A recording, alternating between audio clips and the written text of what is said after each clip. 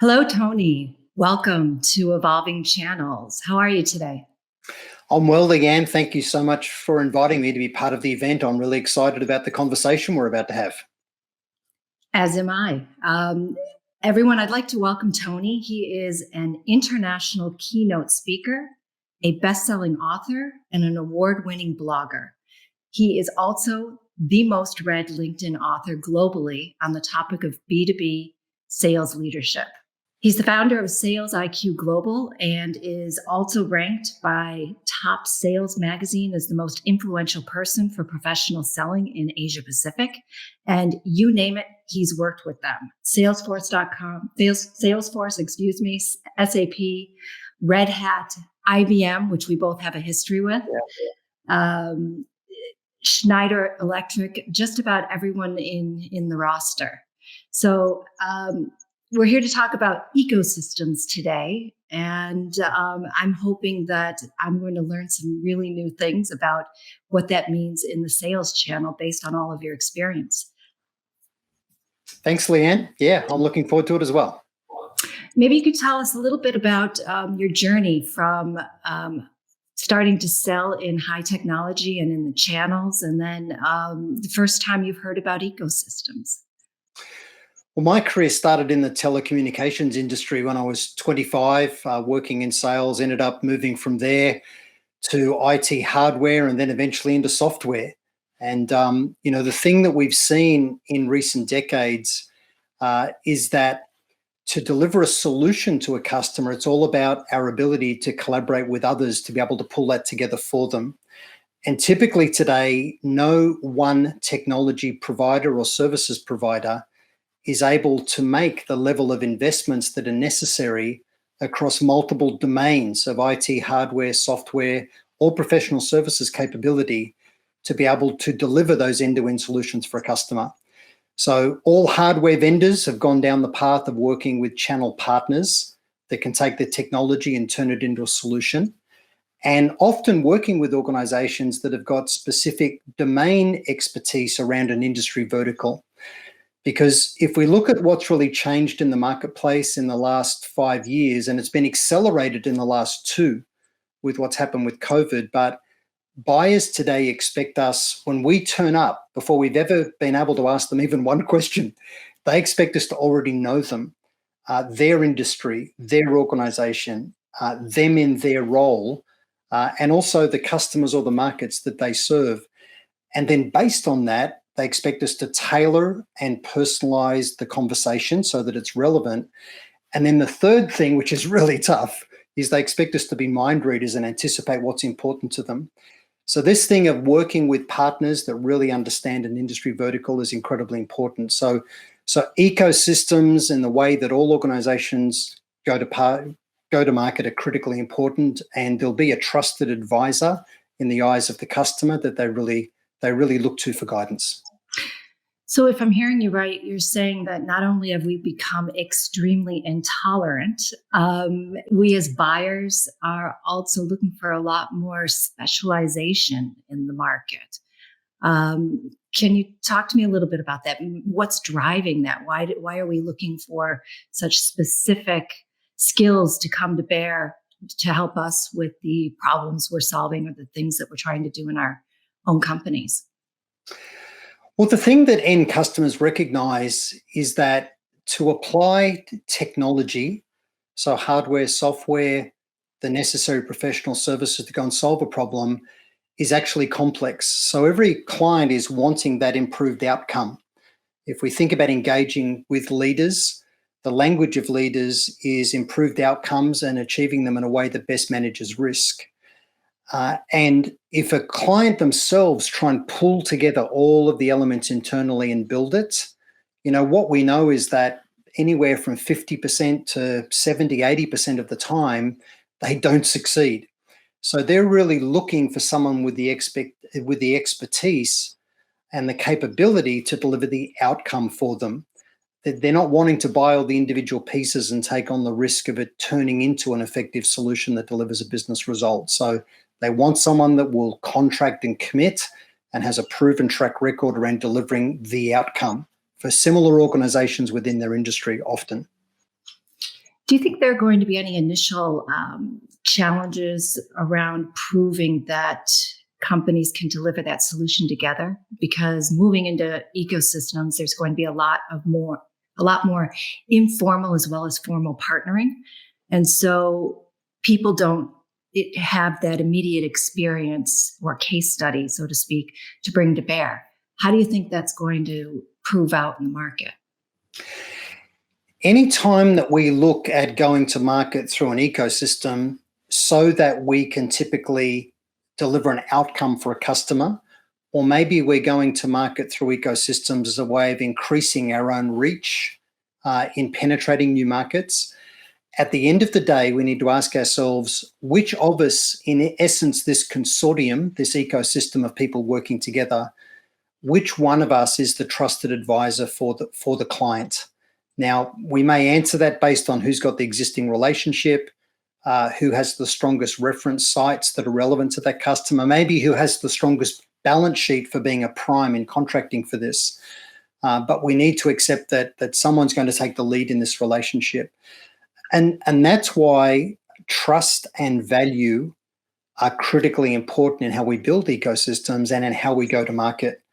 And trust and value needs to go all of the way through the value chain to what's presented and delivered to the client, so that the partner in the ecosystem that's taking the lead can basically say, we've identified the most trusted, the most capable, the best value for money and lowest risk partners to work with to help you deliver this improved outcome inside your organization. So let me play that back to you to see if I have it right, because we're trying to be very commercially practical here. So if I'm in the sales situation with you as my partner, and I'm going prime, then I say to my existing customer that I am still going to be your contact, will continue to be your contact, and you know us through our experience in being able to deliver X, Y, Z. But we're bringing Tony in today because he also has experience that you are looking to add to your portfolio, and he's going to be the expert on these issues. And we're going to work together as a team seamlessly in the background. But again, I'm your point of contact for all issues. Yes. Yeah.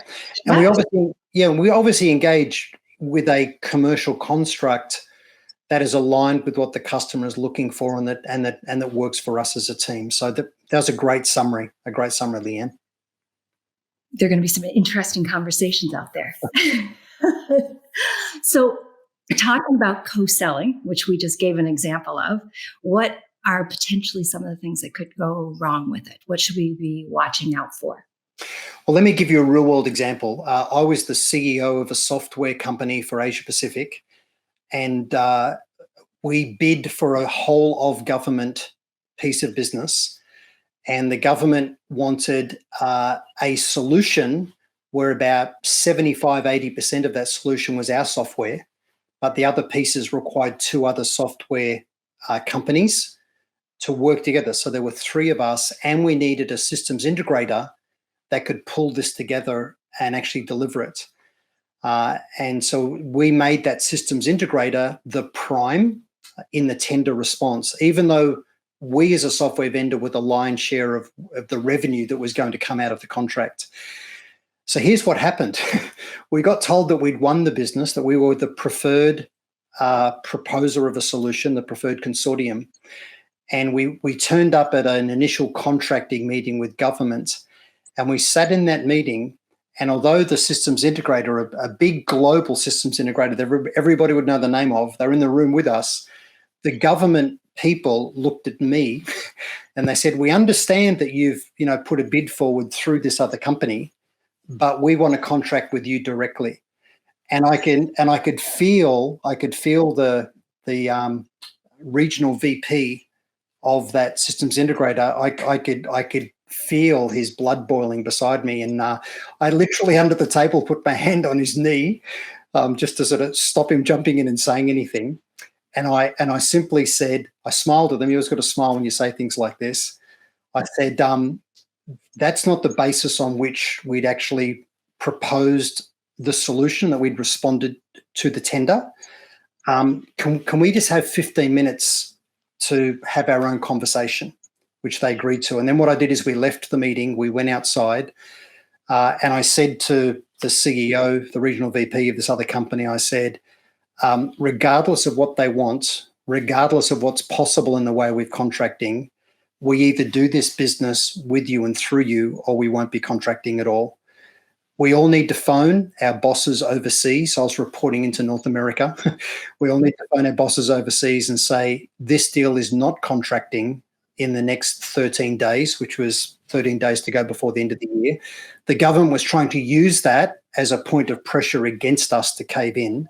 So I said, let's reach in and take that away from the government negotiator.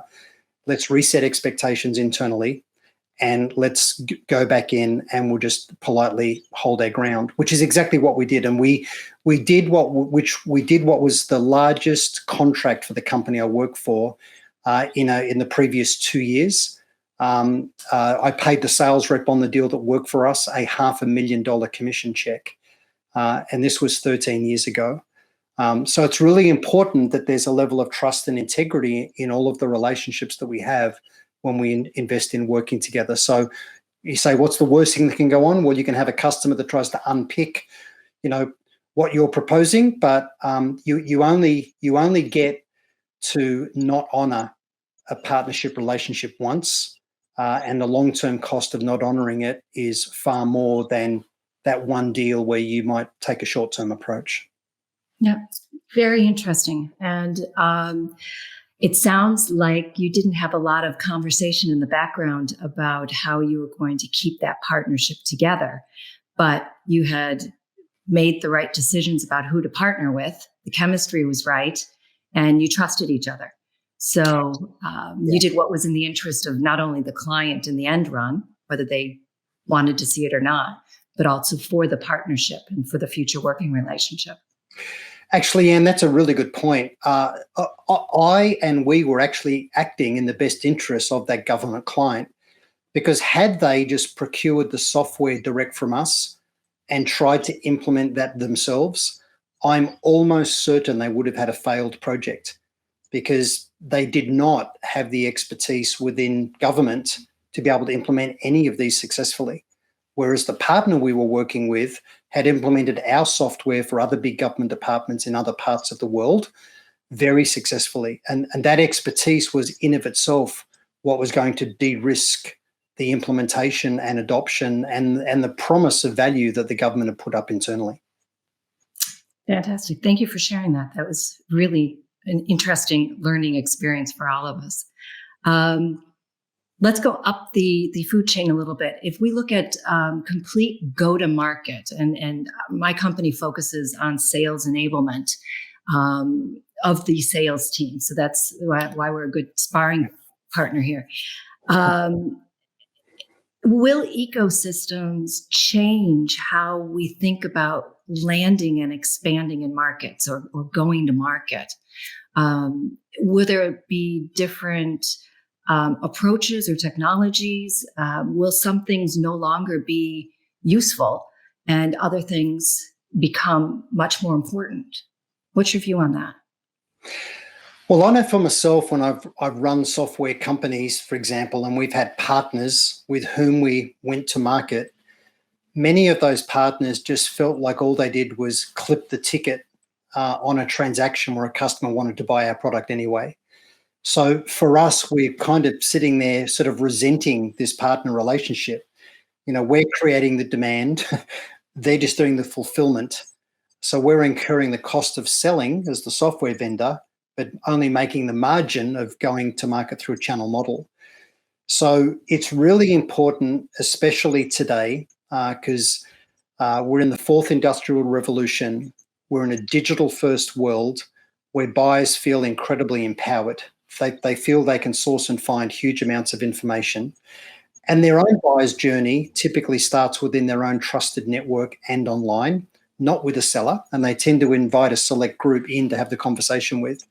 So the thing that's critically important here is whether you're a partner who's downstream, of those bigger pieces of technology, or whether it's your technology and going to market through partners, Everybody needs to create the necessary level of value that funds their role. And that's true for an individual seller. So we need to be able to look ourselves in the mirror and our partners within this ecosystem and the end customer in the eye, knowing that we provide the right level of value for what we're getting out of actually working within this ecosystem. So for every vendor, I really think about geo-vertical segmentation. We don't want to over-appoint a channel, where there's a level of cannibalization and wheel spinning. If you over-appoint your ecosystem, your partner channel, you'll end up managing a lot of contention, and you'll have too many partners that aren't driving enough success individually to warrant their own investments. So really think about geography and then vertical industry expertise. Maybe for you, it'll be around particular horizontal solution expertise, but make sure you've segmented your strategy really well and that you're investing and committed to those partner relationships that you've got within your ecosystem. Interesting. Channel conflict. In the past, I've seen it also lead to a lot of discussion and heated conversations. Recently, though, as I look at partnering and companies trying to put together a complementary value proposition, more and more often in marketplaces or just in affiliate types of partnerships, I see the stopping point being doing nothing. So lots of conversation about let's partner, let's do these deals, here's some opportunities. But if the proposition's not clear or the partnering company doesn't quite understand how to sell your proposition or your joint proposition, it just stalls out. So nothing happens. And you invest that upfront time and money in new biz development, and nothing happens. Do you think that more of that will happen, or do you think that we're about to get into a very noisy and challenging type of environment where you could be getting into those loud conversations again? Leahanne, there's amazing insights from you in that particular question. We all know that for sellers, the biggest thing they're competing against in the marketplace is not traditional competitors, it's do nothing. It's the client being interested enough to have a conversation, but the commercial value of change wasn't strong enough to actually carry the day. So they chew up lots of time and resources from you, but don't buy. Right. So we know that the 4 reasons that deals typically slip, stall, and die, and I'll relate this back to the partnership conversation. But the 4 reasons deals typically slip, stall, and die. Number 1, a lack of commercial value, compelling commercial value in the eyes of the people that sign it off beyond the person asking for approval internally. The second reason is a lack of consensus with the key stakeholders internally. So politics and competing priorities can undo, the initiative being approved. The third reason is a lack of process alignment. We don't understand their timing, their process for evaluation, selection, and procurement. And then the fourth reason that deals can all just stall or die is some kind of nasty surprise. Our key supporter leaves, they get acquired, they post bad results. If we focus on the first 3, after you, Leahanne. I said COVID. Yeah, COVID is one of those nasty surprises. But the reality is the very best sellers, they make the excuse the very reason why people should get on with it. But here's the really interesting thing. So we know in selling, if we don't think about compelling commercial value, covering off all of the key stakeholders, making sure there's consensus and truly aligning with their own evaluation, selection, procurement processes, if we don't do that well, then we can very well get a nasty surprise. It's equally true when we're looking at building out our ecosystems. It's so easy to establish some interest. We've got a potential reseller or partner that would want to work with us. We have all of these conversations, and the worst thing is if you're good enough to create interest, but not good enough to actually close it to where you get commitment, everybody wastes huge amounts of time and resources. And that's not good for anybody, for the upstream or downstream party in the relationship in an ecosystem model. So what I believe is where you can drive success is when people start doing joint planning together, right? So it's one thing that they're going to get certified and train some people and they're going to say they're a partner, but will they actually share insider information and access to their customers and others so that we can co-sell together?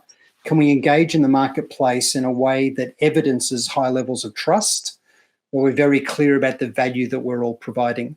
So unless our partner will do joint territory planning with us, they'll share their own account list where they think the opportunities are, and they make sure that they take us on in a way where they've done good geo-vertical segmentation. They don't go to their customers and say, pick a card, any card, and we can help you implement one of them. They say, no, we've looked at the market and we've decided to work with this company because they're absolutely the best, right? So the customer goes, wow, you've done the hard work for me in de-risking selection, and you can help me implement. So don't believe what people say, believe what people do, right? Will they do joint territory and account planning with you and really start to share insider information? Yeah. Really challenging to do. A lot of companies just want to go out and run a campaign and bring in that new opportunity. But as you rightly say, doing that is a huge risk because you don't know whether or not that proposition is going to land the way that it should in order to get repeat deals and scale. Very, very insightful. Thank you. Sales, all around measurement, KPIs, that will never change. If I get the right measurement in there, then I'm sure to incentivize correctly, and we all go home with those big checks that you were talking about earlier. Ecosystems, are they going to drive different kinds of measurement or KPIs? The really interesting thing about KPIs and measurement in business is so many leaders make the mistake of trying to manage by results, right? So we're measuring the result and treating that as a KPI. And the truth is we can't really manage results. What we can do is we can manage activities that feed into objectives that deliver results. We can measure whether or not we close the deal. Yeah, we can, but that's the result. But if we look at building ecosystems out, there's a big lag between investing in that ecosystem and the result being delivered. So rather than just go, well, how much revenue have they done? Have they done? And this is true of managing an individual salesperson. In the absence of the revenue, we need to think about, well, are they generating qualified opportunity pipeline? And if they're not generating quality opportunity pipeline, then are they doing the things that actually lead to that? So then we get back to, are they investing in running joint campaigns? Are they investing in joint account planning and opportunity planning? The worst thing that can happen in ecosystems is where the upstream provider, let's say the software vendor or the technology provider that works through, say, a systems integrator, if the systems integrator is refusing to provide visibility down into the deal, they go, well, you don't need to know any of that. And the implication of adopting that approach is, we don't trust you. We don't want you to go talking to our customer. We're worried about you maybe doing the deal direct. We've got it. The problem is they often don't have it. They often, haven't anchored strong, compelling commercial value as the reason to invest in change. They often haven't covered all of those consensus relationships and the people that can say no as well as yes. And they often don't truly understand the customer's priorities and process for being able to buy. And they're just forecasting a date that no one really believes and that's not trusted. And what that ends up doing is really significantly undermining an ecosystem relationship. I can see how that would happen. That said, when we look to sell hardware, there's a certain kind of sales process and a certain training that goes into place. When we look to sell solutions, as we've moved to over the years, combination of hardware, software, services, you look at different kinds of salespeople and sales, where some are more on that nurturing process, some are more at the subject matter expertise from a business outcome perspective, and then you've got the technical people in the background who can deliver on that and have that part of the sales conversation.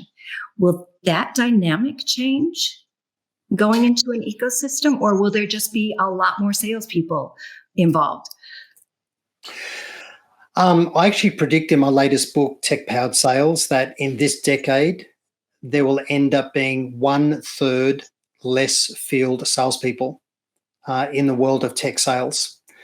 And what we've seen happen in the last 2 years is that all selling has become inside selling. It's very hard to get on site with the customer. So this sort of Sir Lunch-a-Lot professional visitor relationship manager persona of a seller is becoming less and less relevant. Sellers need to elevate the level of value that they provide. And just knowing about product and how we work as an organization, explaining us to the customer is not enough. We need to be truly consultative. We need to be able to take to them real examples of how others have gone and solved similar problems. We need to be able to talk about where the customer's risks are in their initiative. And one of the earliest risks that happens in any initiative with technology from the customer side is that they decide they want to implement something, but it's underfunded and it doesn't have the right level of executive support and commitment and resources behind it. So helping the customer build their business case is one of the most important things, and then help them de-risk implementation and adoption is really another piece. So what I would argue is increasingly the technical expertise will be with the vendor of the technology, and for the partners in the ecosystem that are selling, in essence, the solution, they need to be really good from a consultative point of view around business case and around project management risk. Really strong process management out there. We run some programs where we actually go in and try to buy from different companies. And what you're saying there about the process often comes into place where the salesperson is very good, quite good, really good, but the process behind it pretty much ensures that 2/3 of the time, and we've done over 650 of these different types of research globally, 2/3 of the time, we don't get that proposal that we're promised. Wow. Which is a part of the normal process that should go through an organization. It shouldn't get stuck in the outbox. It shouldn't be forgotten because the flag didn't go up in the system, but it is. And so people not only lose money because they can't close the sale without a proposal, but they also invest that in sales time. So it's a profit hit. That is amazing, Leanne. So 2/3 of the time they never generate the proposal you're asking for on time. Exactly. After you promise it. Wow. And when you do see a proposal, what percentage of the time would you regard the proposal as being on the money? That is a fantastic question, because we actually go in and really evaluate the proposal. I would say about 20% of the time it's on the money. That's my gut feeling right now. I don't have the exact statistics in front of me, but about 23%. We've talked a lot about your experience and your advice out there. You know a lot about sales and have already started to do a lot of what we would call ecosystem type of behavior. Any parting words, any last minute advice that you would give someone new coming into ecosystems? Just think about trust and value. They're the two most essential things. Just because someone wants to be a partner or come into your ecosystem doesn't mean that we should actually do it. So going deeper earlier avoids a whole lot of wasted time or wheel spinning later on. Fantastic. Thank you very much, Tony. Thanks, Leanne. Really enjoyed the conversation. I'll see you in the roundtable. All right.